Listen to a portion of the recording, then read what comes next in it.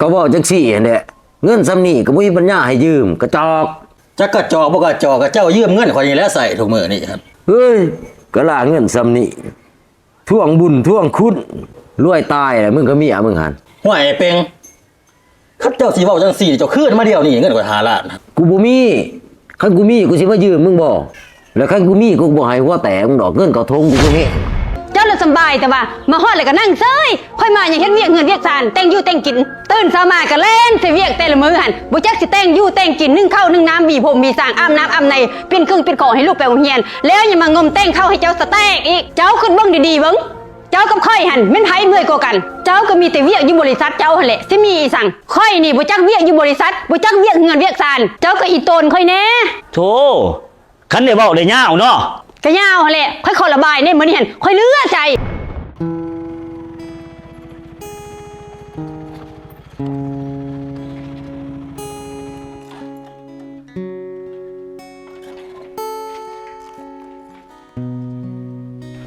สบายดีตัวน้องไส้สบายดีอ้ายเสื้อนั่งก่อน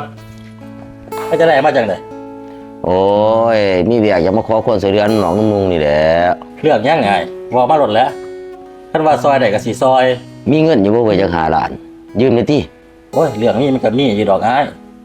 หากแต่ว่าสิเอาไปลงทุนนั่นติตอนนี้ลงทุนนี่หยังเขาสิเอาไปลงทุนซื้อสมุนไพรขึ้นซาวขันเทพพัดมาขายเมียเอาไปขายหันดีเลยครับมีเท่าไรก็บ่พอแม่นติอันตัวนี้เมียอายก็กินก็ใส่กันได้สมุนไพรขึ้นซาวกันเทพัดอันแหละจังว่าเสียเงินไปลงทุนโอ้ยก็ซ้ำบีแบ่งให้อายจัก4-5ล้านนี่บ่ได้บ่อายบ่โกงดอกคันอายโกงนี่ยึดรถอายโดดสมัครขึ้นเนี่ยให้ได้ไอ้เป็งเลยนะกระตัวน้องชาย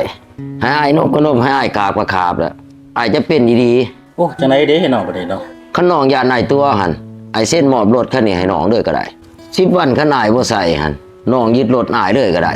เอาจังสั่นบ่นะเสียอายแล้วนะจังได๋เด้ไอ้เป็งนี่เนาะ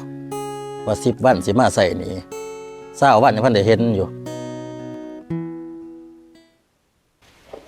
ฮัลโหลจะได้กับตัวไอ้เป็งจะได้เรื่องเงินครับมันกลายมา10มื้อได้นี่โอ้ที่มึงโทรมานี่โทรมาทวงหนี้บ่นี่บ่ทันมีอ้าวไอ้คนคั่วให้น้องแน่บ่ได้บ่เนาะน้องก็จำเป็นได้นี่น้องว่าสิไปลงทุนนะมึงจะสุโพดหลายนะกับตัวนี่อันเงิน3-5 ล้านกีนี่มึงสิทวงหยังเกือกระดอแท้โอ้ยไอ้น้องบ่มีเงินหมุนไอ้น้องสิไปซื้อเครื่องมาขายบ่มีกูยังว่าบ่มีเท่านี้แหละโอ้ไอ้เป็งคือเป็นแนวนี้วะบ่คือตอนมายืมเลย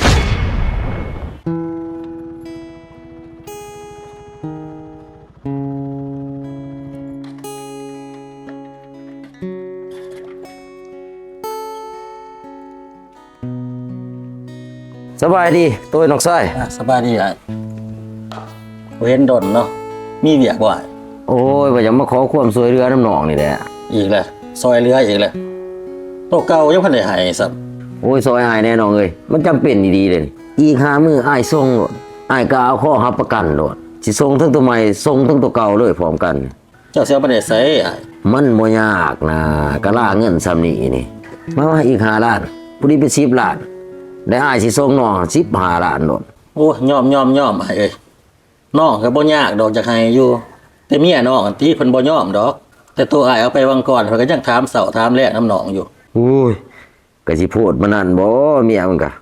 เงิน5 ล้านก็ถามเสาถามแดงมันก็ควงพูดหรอกเมียมึงนี่โอ้ยเป้งเจ้าจังสิก็บ่ถูกเด้เมียข่อยบ่แม่นว่าเราหวงแล้วหยังดอกยืมก็เป็นยืมให้ก็เป็นให้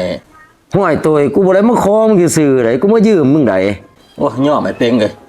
ขอให้เจ้าบ่ได้ดอกงวดนี้ครับโอ้บักควงอย่าภาษามึงกี่ทีเนาะกี่ทีทั้งผัวกี่ทีทั้งเมียห้วยเป็งสมาสิมาเว้าจังซี่ก็เว้าจังซี่แหละเงินซ้ำนี่ก็บ่มีปัญญาให้ยืมกระจอกจักกระจอกบ่กระจอกกระเจ้ายืมเงินข่อยนี่แหล้วใส่ทุกมื้อนี่ครับเฮ้ยก็ล่าเงินซ้ำนี่ท่วงบุญท่วงคุณรวยตายแหละมึงก็เมียมึงหั่นห้วยเป็งคันเจ้าสิเว้าจังซี่เจ้าคืนมาเดียวนี่เงินข่อย5 ล้านกูบ่มีคันกูมีกูสิมายืมมึงบ่แล้วคันกูมีกูบ่ให้หัวแตกมึงดอกเงินเขาทงกูบ่แห้งโอ้จะเว้าอันนี้น้อยเป็งเนาะแล้วมึงเสียหยังบ่แม่นหยังดอกเจ้าว่าสิได้ย่างเมื่อ รถทันป้าไปนี่เจ้าโอ้นให้ข่อยแล้ว เฮ้ยเจ้าเมื่อมีปัญหาบ่ เอาเมื่อแม่เขาจะโทษใส่ตำรวจมันรถกับพ่อแห้งเจ้ากล้าเอาเมื่อจะมีปัญหาหรอนี่เจ้าอ่านเบิ่งรถมีทั้งลายเส้นและลายนิ้วมือเจ้าเอาเบิ่งกล้าเอาเมื่อบ่ตำรวจสิเสื้อเจ้าหรือเสื้อข่อยเจ้าบ่า โอ้ยบ่เฮ็ดกันแห้งปานนั้นก็ได้ตีน้อง อ่อนยอดสัมพักหนึ่งรถเนาะ เอานะไอ้น้องเนาะฮักแพงกันจังไดก็ฮักแพงก็คือเก่าหั่นแหละ เศร้าหนี่เมื่อได้โตเด้อหามาเมื่อเด็ดขาดได้รถเถิดไปอะไรแม่ โอ้ยน้องชาย ไผเป็นน้องเจ้าเดียวดิข่อยเป็นลูกชายเดียวมีพี่มีน้องหรอกหนี่เจ้าหัน โอ้ยตัวเว้าก็ดีนะน้อง หนี่เดียวนี่ดิ โอ้ยเนาะ เฮ็ดดีนะบ่เกลือยี่คนแนวนี้นี่ โอ้ย อย่าไปสู้นะรถหันหนี่เดียวนี่นี่หนี่ ประหยั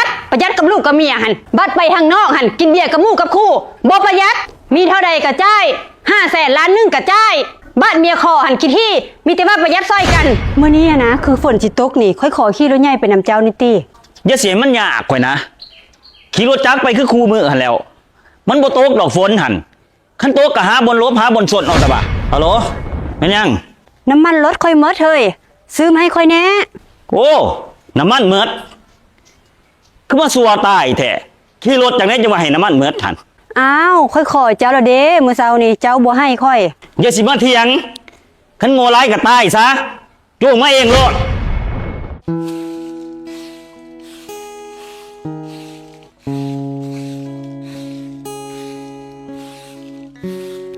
จ้อยไปซิกเข้าให้ค่อยนิติเข้ามันพอซิกแล้วได้หัน โอ้จะสิมาใส่คนในบ่ไปสิเขาหันมันเวียกผู้ชายบ่หันมันเวียกผู้หญิงได้สิเขาหนึ่งเขาหัน เออเวียกผู้หญิงผู้ชายก็ซอยกันบ่ไรบ่ค่อยขาปัดเดินบ้านนี่เด้ เจ้าสิไปแล้วไปเจ้าอย่าสิมาหนิงใส่ข่อยเวียกเพื่อนเวียกซ่านมันก็หนาทีเจ้าตะบ่าไป โอ้ยเจ้าก็ได้ซอยค่อยแน่ก็บ่ ซอยที่ซอยให้เจ้าได้ใกล้หัน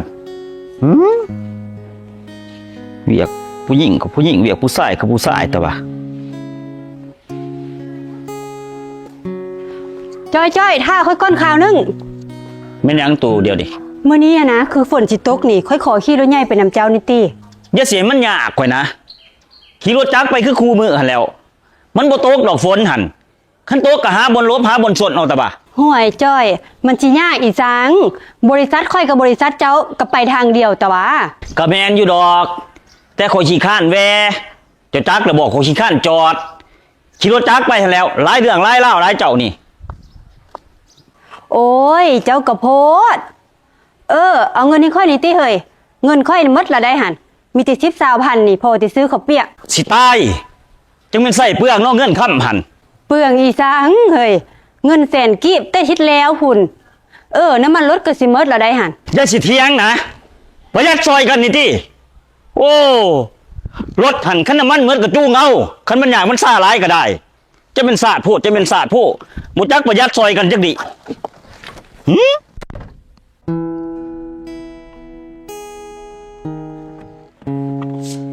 โอ้ยเมื่อยเฮ็ดเวียกเบิดมือโอ้ยไปจะได้เศร้านี่ป่านยังบ่หอดเถื่อนหอดสานบอนไปแวหลินทางอื่นแล้วบ่จัก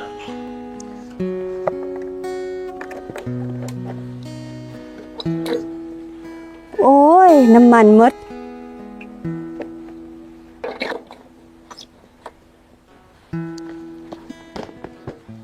เฮ็ดจังได้บัดนี้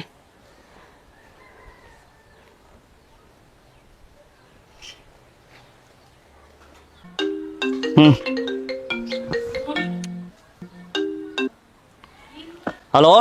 เป็นยัง น้ำมันรถค่อยหมดเฮ้ยซื้อมาให้ค่อยแน่ โอ้น้ำมันเมิดคือมาสัวตายแท้ขี่รถจากไหนจะมาให้น้ำมันเมิดทัน อ้าวค่อยขอเจ้าละเด้มื้อเช้านี่เจ้าบ่ให้ค่อย อย่าสิมาเถียงคันโง่ร้ายก็ตายซะจูงมาเองโลดจะเป็นศาสตร์ปึกจะเป็นศาสตร์โง่เนาะเกิดมาเป็นคนตายซื่อ โอ้ยเนาะ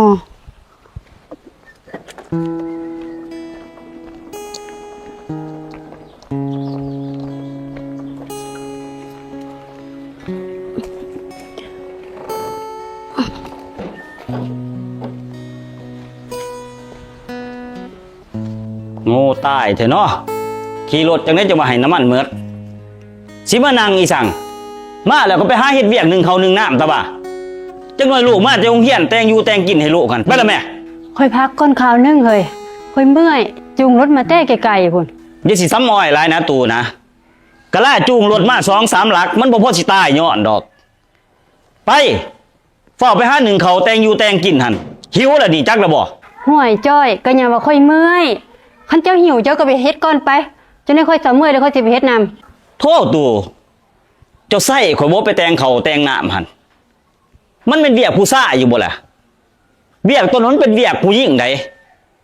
เวียกผู้ชายคือข่อยคือออกเคลื่อนออกซ่านไปหาเงินหาค่ำเขาเคลื่อนเขาซ่านผุนเวียกข่อยหัน ห่วยจ้อย เจ้าอย่ามาจำแนกเวียกผู้หญิงเวียกผู้ชายอยู่นี่ได้ผัวเมียกันก็ซ้อยกันตะวะนักก็ซ้อยกันห้ามยากก็ซ้อยกันดึงกันตะวะ หันเด้คันเว้าเลยเถียงเสียข่อยไปเฮ็ดจังได๋เวียกแนวนั้นหันข่อยออกไปนอกหาเงินหาค่ำมามันก็เมื่อยพอตายเลย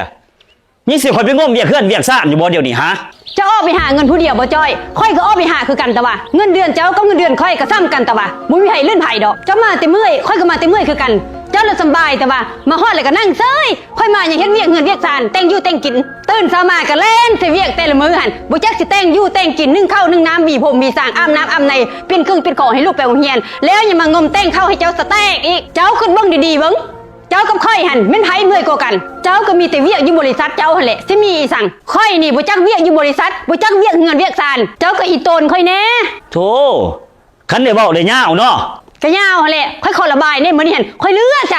เงินคำก็คือกันบ้านเมืองหั่นเขาให้เมียกรรมอันนี้แหละว่าหัวกรรมยามคอก็ยากประหยัดกับลูกกับเมียหั่นบัดไปทางนอกหั่นกินเบียร์กับหมู่กับคู่บ่ประหยัดมีเท่าใดก็จ่าย500,000 ล้านนึงก็จ่ายบ้านเมียคอหันคิดที่มีแต่ว่าประหยัดซอยกันประหยัดก็บ่ว่าดอกอันนี้หันเกินไปน้ำมันลดมัดก็บ่ให้จนได้จุง ไม่ตูสิเว้าหลายนะ เว้าค่อยอย่าเว้าเจ้าสิเปลี่ยนละเปลี่ยนคำบ่เปลี่ยนละค่อยบ่ยุ่งเจ้า